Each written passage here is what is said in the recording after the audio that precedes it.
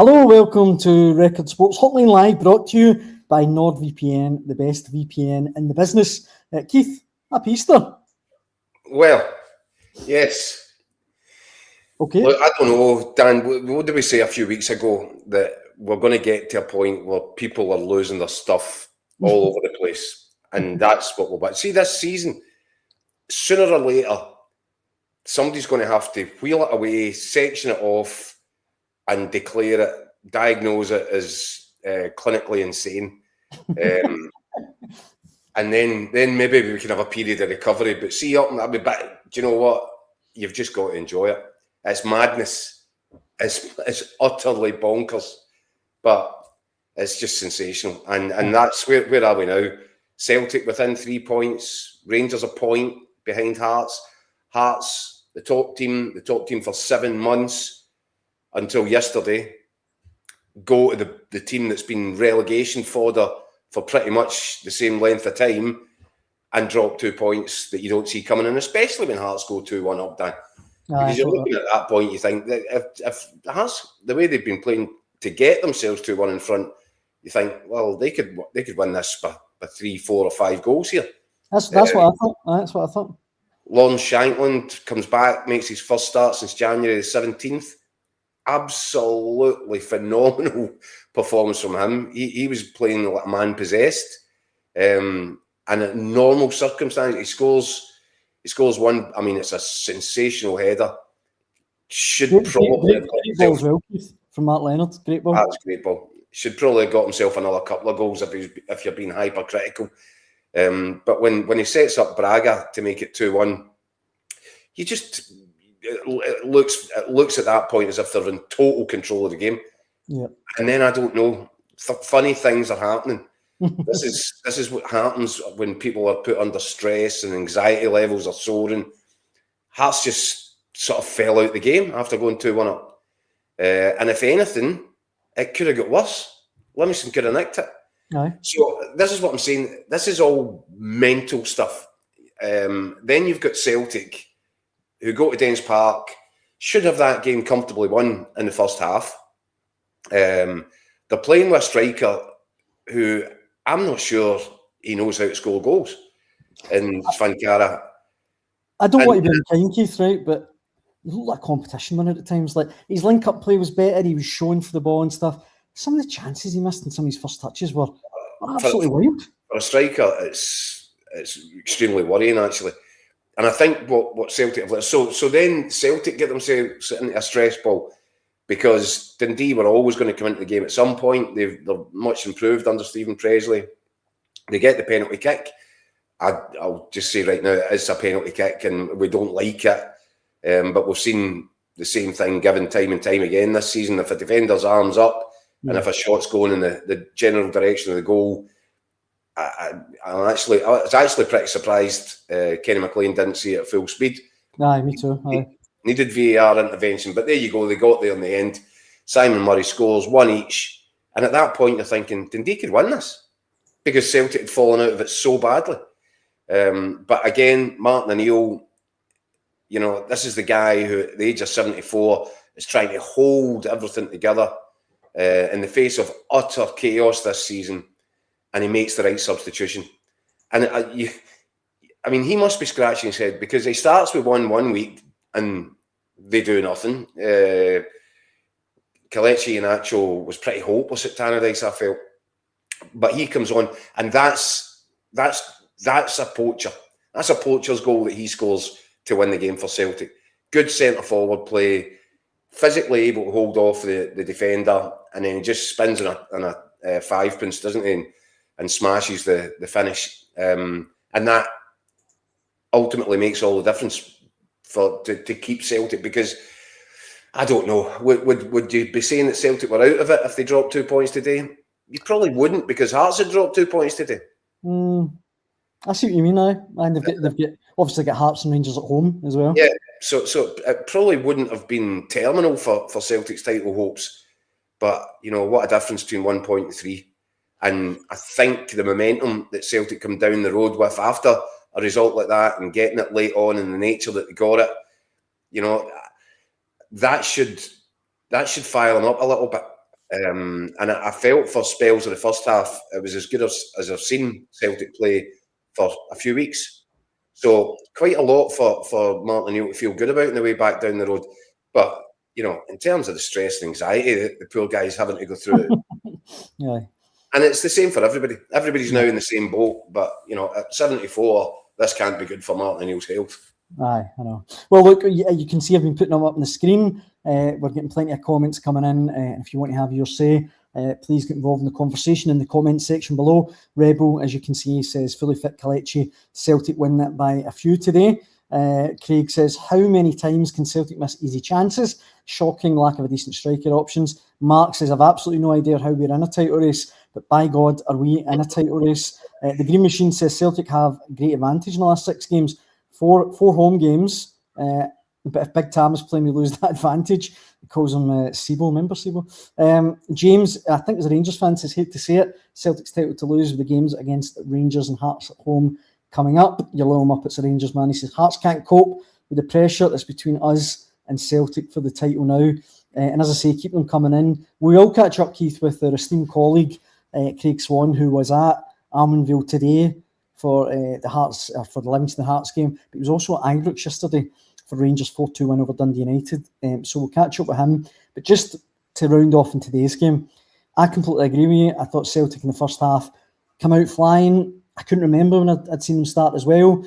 But when it's one goal, you always think to yourself, they're going to come into this Dundee, they're going to get chances. Yeah. And look, I know we've said it ad nauseum. You've just said it about Martin O'Neill again. But see if he wins the league with this lot of Celtic players, he deserves 2 statues, honestly, if he pulls this off. It's astonishing. What he's attempting to do here, and when you consider, and this is where the problem starts for Celtic, as some of the comments are saying, Martin O'Neill's first time around, he's got John Hartson, he's got Henrik Larsson, he's got Chris Sutton. You know, and that's what you build a title-winning team around. He just doesn't have this. So he's having to try and, by hook or by crook, piece it together, throw subs on from the bench. You know, it's a real... He's having to work really hard to, you know... Could you imagine if it was back in the day and you've got Larsson, Sutton and Hartson? Oh, my God. Well, it's relatively stress-free, this management caper, when we can just say those players, they'll win you the games, they'll score the goal. And he's just said after the game, and it's really interesting, he was asked about, you know, what's going to be the key now over the final 6 games of the season. He says, well, the 3 sides are all going to create chances. It's about who takes them. And it's as simple as that. And that's Martin O'Neill doing what Martin O'Neill does. He's simplifying everything. There's no mystical magic mystery to anything here. It's create chances, but you better take them. And if you're going to take them, the side that takes the most chances will probably win this title. And again, I keep coming back to it, Daniel. Poor result for Hearts today, and they let it slip, and that'll be hurting. But ultimately, when it all comes down to it, they've got 2 strikers scoring goals, and those 2 strikers probably walk into Celtic starting 11 and Rangers starting 11 right now.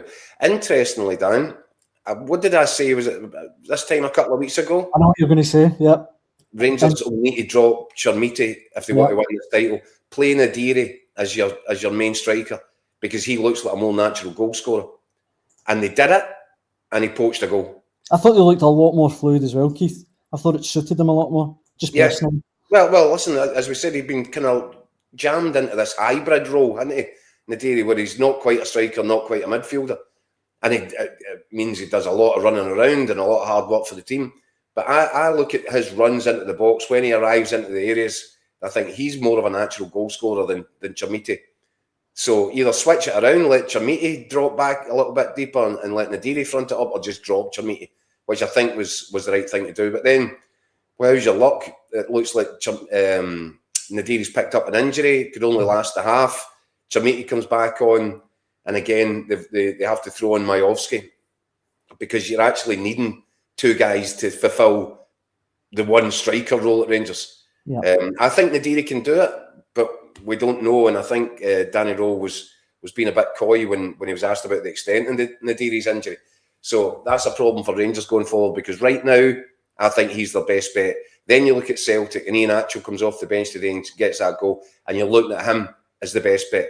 Now, these guys were brought in to be goal scorers. Has Iheanacho or Nadiri got 6-7 goals in between now and the end of the season? Because if one of them can do it, that guy maybe wins the title for Celtic or Rangers. And I think as painful as it was for Hearts today, fact is, Lawrence Shankland's back, he's scoring again, and he's setting up his wee side kick for a goal as well. And that's 16 goals each, 32 goals between the pair of them so far this season. Yep. That's why Hearts, with just 6 games to go, remain at the top of the table, albeit now just by a single point. You can see they're singing the blues in the comments. Says, play Chermiti at Celtic Park and Tynecastle, but bench him for the rest. Yeah, it seems to be. What is it, 9 goals, and he scored 8 of them in games against Celtic and Hearts. That's it. Yeah. Incredible. His only contribution apart from that was a deflected goal from about 40 yards. It was just an absolute winder he took against Kilmarnock, wasn't it? There's a few people in the comments, AF Scott, saying Chermiti's overall play was excellent, bar the sitter. I mean, at this stage of the season, you can't really say bar the sitter, because that sitter could win you the league, win or lose your league. That's why I referenced Martin O'Neill's quote there. All the top 3 sides are going to create chances. The question is who's going to finish them. And I think Nadiri's a far better bet than Chermiti for that at Rangers. I think Iheanacho's the man most likely to do it for Celtic. But I keep looking at Hearts and I go, they've got 2. Yeah. And they're probably the best 2 strikers in the league. Yeah, just that we're getting a lot of reactions on the Celtic striking problems. I guess, is it fair to say now that it has to be Iheanacho as the central striker from now on? I mean, this one here from Mizuno, he says he'd be better starting with Forrest and Iheanacho for 60 minutes. At least they can control the ball. And John also says Iheanacho has to stay fit, or Celtic are not winning the league. The strikers are terrible. Look, I think it's safe to say that Mvuka and Chavanchara today, Adamu, of course, they're just not up to it. I mean, it's got to now be either, for me, Maeda through the middle, or Iheanacho if and when he's fit, for whatever he can contribute. But that has got to be the concern with Iheanacho. Can he stay fit? Can they keep him fit? Can they wrap him up in cotton wool? Because there's no doubt he knows how to play as a number 9. In terms of playing with his back to goal, big centre halves behind him. He can link up. Maybe that's part of the problem. Sometimes he comes a little deeper than you would want him. Might be better playing on the shoulder of the defenders at times. But you can see he's a natural finisher, a chance. Mm-hmm. Yep. And that's something that he's got that places him higher up the pecking order than any of the other guys. But can he stay fit? And can he stay consistent? Because he got his chance to lead the line at Tannadice, and let's just say he really didn't make the most of it. I didn't think. I thought it was.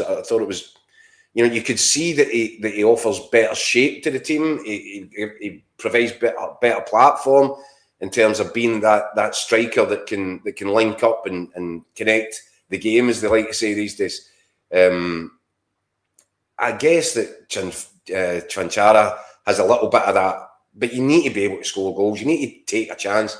And Kelechi Iheanacho has spent a whole career as a poacher of goals. So that would suggest that if Celtic are to do this, he's probably going to be the best bet. Yeah, I would agree.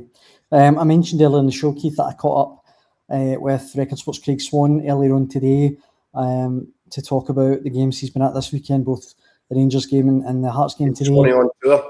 Swanee on tour, exactly. Shall we have a listen, hear what he had to say? Yes, please. Let's have a listen. Don't ask me. Joined now from Almondvale by the one and only Craig Swan.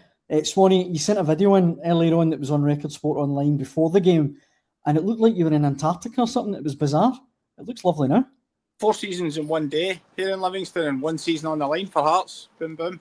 It's been a bizarre day here, quite the Easter Sunday. You don't expect it to be like this. When I turned up, it was actually a blizzard to driving through here.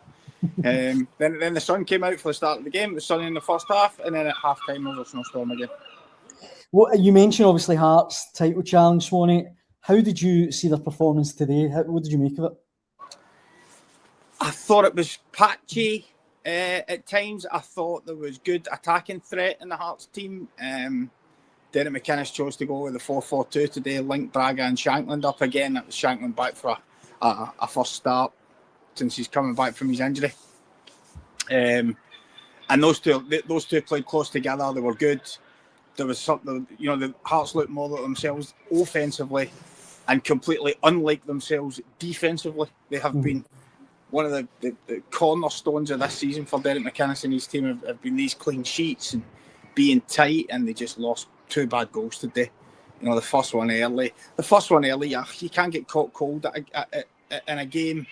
Derek McInnes spoke about it. We've just finished speaking to him there. He was talking about, they didn't get the press right and then compounded one mistake after another, put petrol onto the fire, to use his words. Kept making mistakes to give the goal away. So that can happen early in a game, but the fact that Hearts did the spade work to then get themselves in front, get themselves into the position that they wanted to be. At 2-1, they only looked like one winner. And then just a needless gifting of possession away when they're on the front foot. Brilliant counter. You've got to give Livingston great credit. It was a brilliant counter attack and have equalised. But Derek McInnes was at pains to say after the game, we shouldn't be putting ourselves in that position, but we're in control of the game.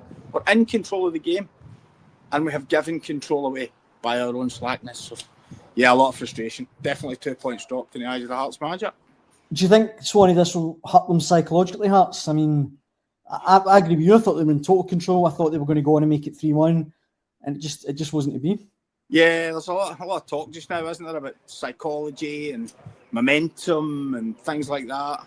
Listen, it's not the result Hearts wanted. Of course, it's not. I'll come out with the tired old cliche, but it's true. If you'd have offered Hearts at the start of the season to be up 1 point ahead with 6 games to go, they would have taken it. Yes, it's a setback. Of course, it's a setback. And you would have to be concerned as a Hearts fan by what's happening away from Tynecastle. It was 3 straight defeats away from home going into today, and that's a point at the team at the bottom of the league. So that's 1 point 12. Yeah, that's no great when you're getting into the last throes of the season. But I think at this stage of the season, there's always Keith speaks about people's hair being on fire at this time of the year. There's always the temptation to overreact. And I suspect it will be Hearts fans around the country. Oh, that's it. We've blown it. A disaster. What have we done? Blah, blah, blah. There's going to be more of this week. You could be standing next Sunday at Falkirk and Rangers have lost at Falkirk. Anything can happen in this race. So Hearts are ahead. It's a sore one to lose it to lose the victory from a winning position, but it's not terminal. And the one thing I would say as well, Swanee, I've put pictures up there a couple of minutes ago, but it can only be a good thing that Shankland, his first start since January 14th, gets a really good goal, and Braga as well. I mean, they are the one team in this title race that look like they've got firepower to go on and win it, maybe.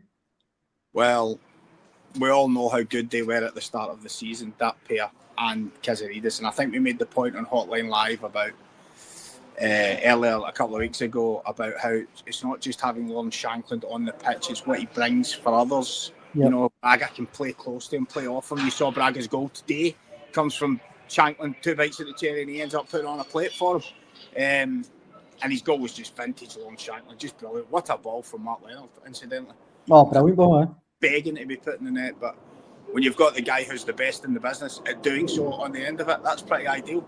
Shankland's got massive, absolutely massive in this running. It was interesting today because we all talk about Lon Shankland's strengths as a striker and his front play and what he does for that. But he gives Derek McInnes another option as well. Derek McInnes knew the system that Livingston were going to play today, and it was probably going to leave him a man short in the middle of the park if he went with Cammy Devlin and Mark Leonard, which he did. But Shankland drops into those areas and makes the extra man and helps as well. He does so many things for the whole team, Shankland. He's just such a big player. It's just a bad day at the office defensively for Hearts. No. Swan, you were also at Ibrox yesterday for a huge win for Rangers, massive win, 4-2 obviously against Dundee United. On the surface it looked quite a straightforward win, but it was anything but, albeit a huge victory. And we talk about psychology, for Rangers to go back to top of the league for the first time, I think since September 24. Yeah. I mean, that can only push them on, you'd imagine. It's funny. Everything I've said about Hearts today, I could basically say about Rangers yesterday. Attacking wise, looked great. Defensively, did not look good at all. No. Dundee United had opportunities, not what you would class as glaring goal-scoring opportunities. All of them. One of them was inside a couple of minutes when Neil Farrugia got away inside Nasser Giga and Jane McDormand squared the ball across from Max Waters. He's got to score. He's a fresh air swipe. But Dundee United kept getting into those positions, and the final ball or the final pass just wasn't on. Rangers looked so wide open. Now, I will caveat that by saying the loss of Tor Romans, obviously at left back, is a big blow. The Rangers back four has been winning so much plaudits recently with Emmanuel Fernandez and Giga together in the middle and Romans at left back, and two of them were missing. And it was clear that there might have been a bit of hesitancy amongst the boys who were coming in. Magoma looked all over the shop in the first half an hour, and Dundee United knew it and they targeted him. Yeah, you may have expected John Suter to cope a bit better, but he didn't look great either. The way Amar Fati backed him into the box for Dundee United's first goal. But the flip side is, you said earlier on this show, or earlier on this call, Daniel, that Hearts look as though they may have the firepower, the ones with the firepower. I actually thought watching Rangers, that was a signal that they had the firepower yesterday. That's a fair point. I think you had Nadiri got his first Premiership goal. I know it was a comedy bit of goalkeeping for Ashley Maynard Brewer to let him get it, but he was in the right place to stick it away. He was there lurking. He was part of the second goal that Dujon Sterling scored, and then he was there lurking to bundle it over the line if it wasn't already over. So that was kind of good sniffer stuff, good glancing header early doors. He looked a bit more like it. The caveat with that is he didn't come out for the second half.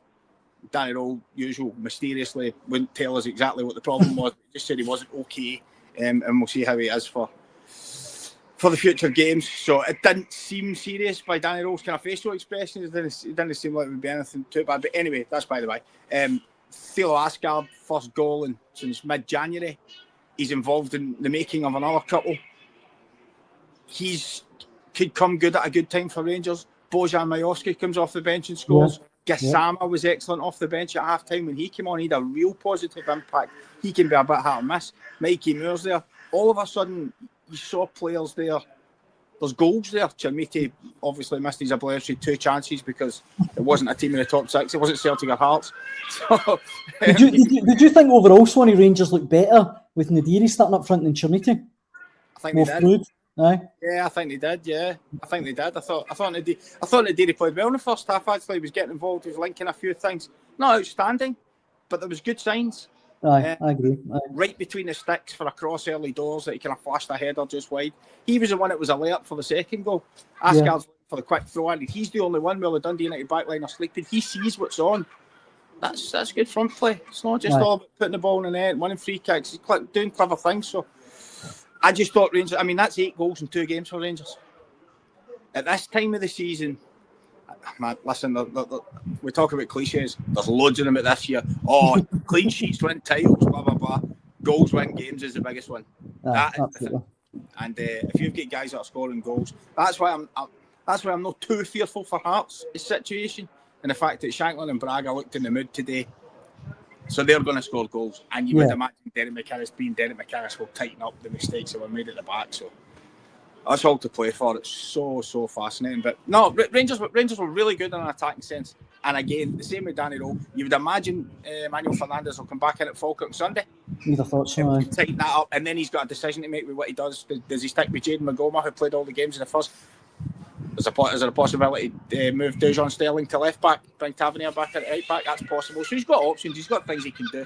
But I'd imagine Danny Rowe's a shrewd enough coach to not just rah-rah and look at the happy points. He'll have spotted the things that needed to be done better. And like I say, a team with a more clinical edge in the final third could have been 2-0 up at Ibrox before Rangers got a goal yesterday. So that's true. To work on there too. Just before I let you get up the road, Swanee, I know social media is far from the be-all and end-all, but 2 names that were trending nationwide on X last night after the game was Scott Olsen, and we mentioned Suter a bit earlier, but not for good reasons. The Rangers fans were giving him a lot of stick. What did you make of Scott Olsen's contributions yesterday? To me, he just didn't look at it, and he's not really looked at it for a while. Yeah, you always have that situation where a player, when they're low on confidence, and they don't really... It always gives off this vibe that either no trying or no interested, or they don't really, but it comes down to a lack of confidence. Given what his position in the game, you wouldn't have thought that would be an issue, but it definitely looks. He's not got any explosive pace. That's the problem. So he can't get the fans off their seats just by things aren't happening. Just knocking one by a fullback and running past them and getting everything. So he can't do that. He's trying to get involved in the game. It's interesting. Danny Rowe was asked about him after the game, and he gave quite a long speech about things he could be doing. He could maybe, I think he mentioned about being a wee bit braver, that kind of thing. A wee bit more confidence in what he's doing and getting about things. But Danny Rowe clearly rates him because he keeps picking him. Aye, true. Aye. So, and of course he had a hand in the second goal. But no, I think the fans have made their mind up. What doesn't help Scott Wilson is Mikey Moore so electric on the other side. Aye. Not a lot happened for Mikey Moore yesterday, but he's a bundle of energy and he's a bundle of excitement. When he gets it, the stadium kind of goes, it buzzes up the way. When Scott Wilson gets it, it buzzes down the way. It's like Yaya and Colo Torre in the darts. Imagine they'll stand up or sit down. Without being unkind, Swanee, on Scott Wilson, yeah, you're not going to pay You're not going to pay 800 grand from it this rate. Never mind 8 million. Not a chance. No chance. You put that one to bed now. That's not happening. Aye. Well, look, Swanee, it's been an absolute pleasure as always having you on the Hotline Live. I'll let you get up the road and safe travels back home. Okay, all the best. Cheers, Daniel. Cheers, Swanee. We've got so many comments coming in, Keith. Plenty on Rangers. We'll come to them, but there's a lot in Hearts. If I can throw a few of these at you, if that's okay. Ewan Burns says McInnes isn't going to get Hearts ever winning the league. That's the model Tony Bloom wants. He needs to make a series bold changes in the summer. We've bottled the chance of a lifetime. Wow. That's Chick says. Eric McInnes. Chick says Hearts only got a head start because people losing their stuff. I know, and I will say as well, Ewan's been on before. I know he is a big Jambo. Like, he's not the wind up in it, and he is a big Hearts fan. McInnes as well. He's been in touch saying it's worrying that we have more games away after the split. Our away form has nosedived. This one as well. AF says Hearts cannot win away from home. 1 point from 12 in the last 4 games for a title race. That's utterly disastrous form. I kind of wasn't too concerned with Hearts after today. I mean, Livy took a point off Rangers. They gave Celtic serious problems. It is a hard place to go at the minute, but that Hearts away form is a big issue at this time of the season.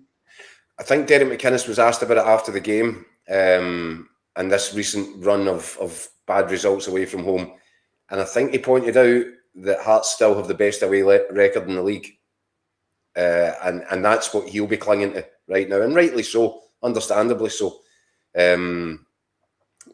One of the Hearts, is McKenna there, was saying Hearts fans can relax a little bit because this is only year 1 of the 10-year Tony Bloom plan.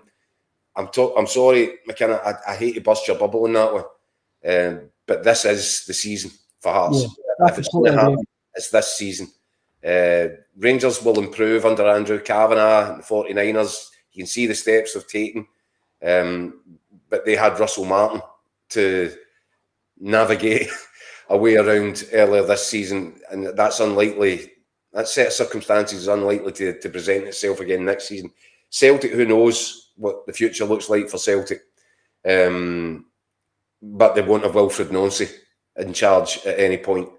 So for all these reasons, and by the way, we've said it again about Celtic's transfer market inactivities, and the fact that Martin O'Neill was driving Brendan Rodgers' Honda Civic up to Dens Park again today. Yeah. That'll change. So as much as it might be nice for Hearts to believe that, if it doesn't happen this year, well, it'll happen the next one, or it'll happen the one after that. I'm not so sure. I think this is the big chance to make history, and it's not over. And Hearts fans shouldn't get too upset about dropping a couple of points today, even despite the circumstances. And despite the fact that, I was saying, if at one stage, if Hearts had gone on to win that game 4 or 5-1, you wouldn't have any issue with it. You certainly couldn't have complained if you were Livingston. It was what worries me from a Hearts perspective is that when it gets to 2-2, they didn't react well to that. And why is that? What factors are at play? Yeah. And some of it might well be mental, some of it might well be stress related. But I just, there's still a point, as Swanee says there, if you were to offer Hearts this at the start of the season, are you joking me? If they would have taken it? Oh, of course. 6 games to go, 1 point clear ahead of Rangers in second place. Of course, they would have jumped all over you for that scenario. And Hearts need to try and remain positive. And I think one of the main reasons, well, there's a couple of main reasons, right? If you look at the partnerships that they've got, and people talk about you build a championship winning team, you give it a spine.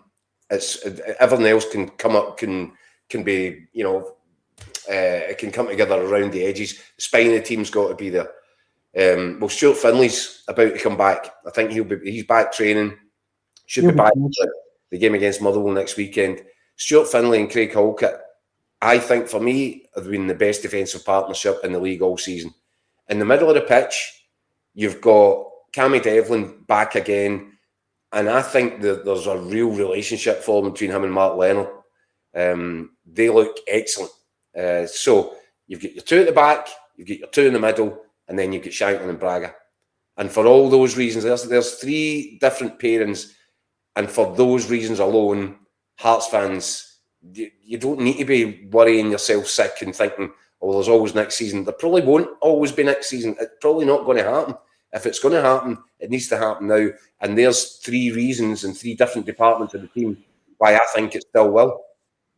And I could be totally wrong about this, Keith, but you can't bank on both sides of the Ilfern being this mediocre again. You've got to think that at least one of them, if not both of them, is going to get their act together over the next couple of seasons.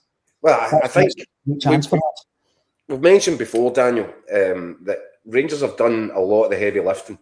They've got new ownership. They're putting big plans in place. These are serious guys. They've got serious money. Andrew Kavanagh will move Rangers in the right direction. What was the phrase that I always used right back at the start? It will get worse before it gets better for Rangers. Yeah. And it did. And Russell Martin happened. And it got significantly worse. But Andrew Kavanagh is learning as he goes. He's making good decisions. He's taking ownership for those decisions. He's fronting it up. And he will move Rangers in the right direction. They've made quite a lot of progress in a short space of time. No one would have thought back in October that Rangers would be involved in the title challenge. And yet here they are, 1 point behind Hearts going into the last 6. So that shows you the progress that's been made. And they will make more progress.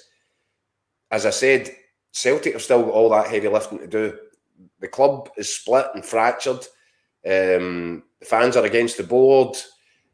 If this title race sort of peters out, if it reaches a point where it becomes obvious that Celtic aren't going to defend their title, all that stuff's going to boil over again, and it's not going to be comfortable for anybody. And the reason that the fans are at their wits' end is for, as we've just said, they can see with their own eyes that their team, the first 11, is in absolute regression, and it's because a number of transfer windows now have been amateur. So Celtic need to strengthen. They need to strengthen in all sorts of positions over the summer. Now, look, with the way things have been, there's no guarantee that even if they try to strengthen in all the various positions that are required, that they get any better. Because the standard of player that they've been trying to recruit lately or have recruited lately is nowhere near good enough. Yeah. So that's what I'm saying. Rangers are slightly ahead in terms of what comes next because they've done the heavy lifting. They've sorted out fundamental structural issues that Celtic still need to address.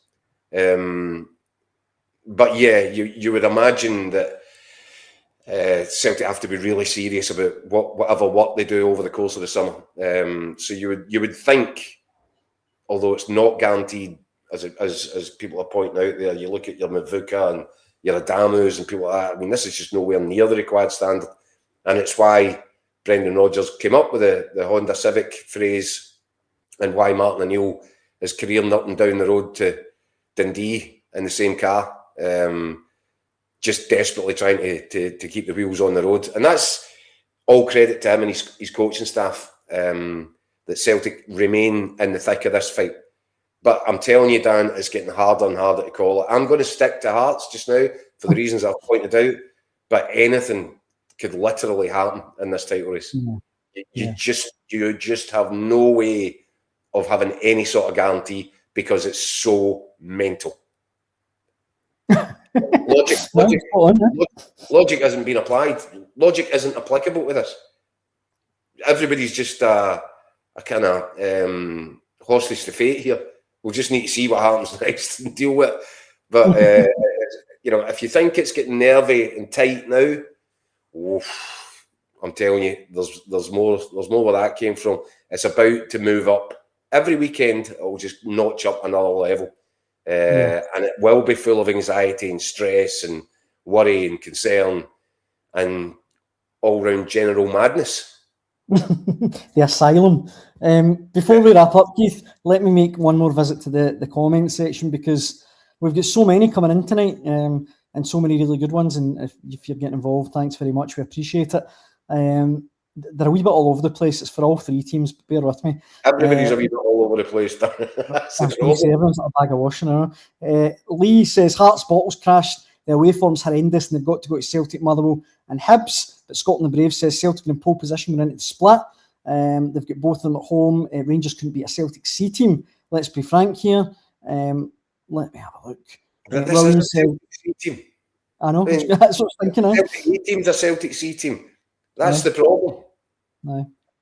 But then, to be fair, he's making the point that Rangers couldn't beat them at Ibrox at 2 attempts. But anyway, I digress. William says, if we want to win trophies, we have to stick with Danny Rowe. Rangers is okay, says Egan Lads. Think we're hitting form at the right time. 8 goals in 2 games, 8 different goal scorers. 3 out of 4 in the January signs look the part. It's now or never for Hearts this season. John says the title run is going to have a lot more twists and turns. For a start, Rangers are dropping points against more than a decent Falkirk side next week. And a lot of people saying that, Keith, that they fancy Falkirk to take points at home to Rangers next week. And look, could be against them. Absolutely brilliant again yesterday. You can't say anything with any certainty now. No. I think Rangers is okay. It makes a decent point. Rangers actually are starting to build a bit of momentum. As Swanee correctly said, they are scoring goals. That's a big help. But they still don't have a striker scoring goals. Now, this brings us back to the start of the conversation. If Nadiri is fit and he's fit enough to start next weekend, it'll be really interesting. I think he'll go the same again.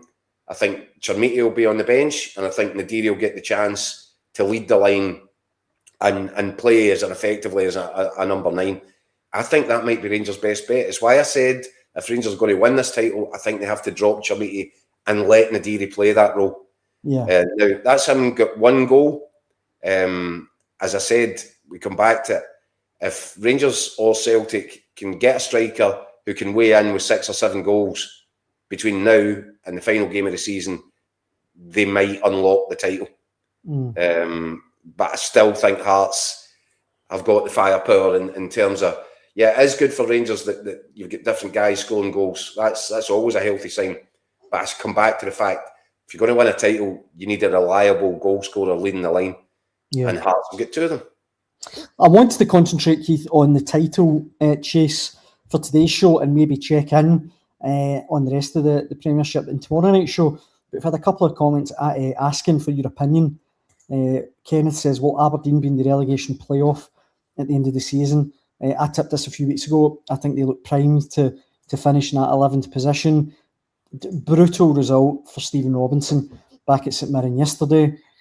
Do you think Aberdeen now are the favourites to finish second bottom? Daniel, the stats are horrendous. Really bad. The stats are horrendous. And I believe they managed to get in and out of Paisley yesterday for a game they had to win without getting a single shot on goal. What does that tell you? Even just about, the base levels of desire. They're in a fight. They don't have the stomach for it. I think Aberdeen are in serious trouble. I would back St Mirren and Kilmarnock to overtake them in the post-split fixtures. And yes, I think Aberdeen will find themselves in the playoff position. And then it's a coin toss job. Yeah. And we've already seen Aberdeen getting put out of the Scottish Cup, and pretty much dismantled at Dunfermline, weren't they? I think you called it a few weeks ago, Keith, and it reminds me more and more of that season at Hibs, reeled in and then eventually lost in the playoff to Hamilton Accies. You just saw them dropping like a stone.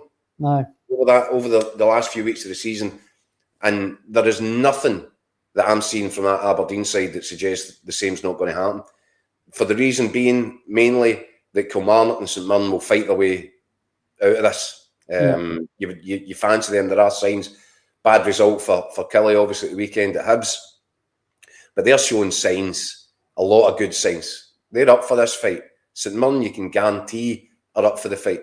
Mm-hmm. Aberdeen, if you went into a fixture like that one, knowing what was on it, knowing how high the stakes were, and you can't muster between you a single shot at goal, I'm sorry, you deserve everything you get. And yeah, Aberdeen for me are in serious bother. Yeah. Look, Keith, I think that brings us to the end of Sunday night's Hotline Live, brought to you by NordVPN. By the way, Marzuno's been in the comments today, and I love Marzuno, some brilliant comments. But I want to remind him, Keith, that he did point out earlier, I think it was back in January, he said that if Celtic don't win this league, he'll get Barry Ferguson tattooed on his forehead.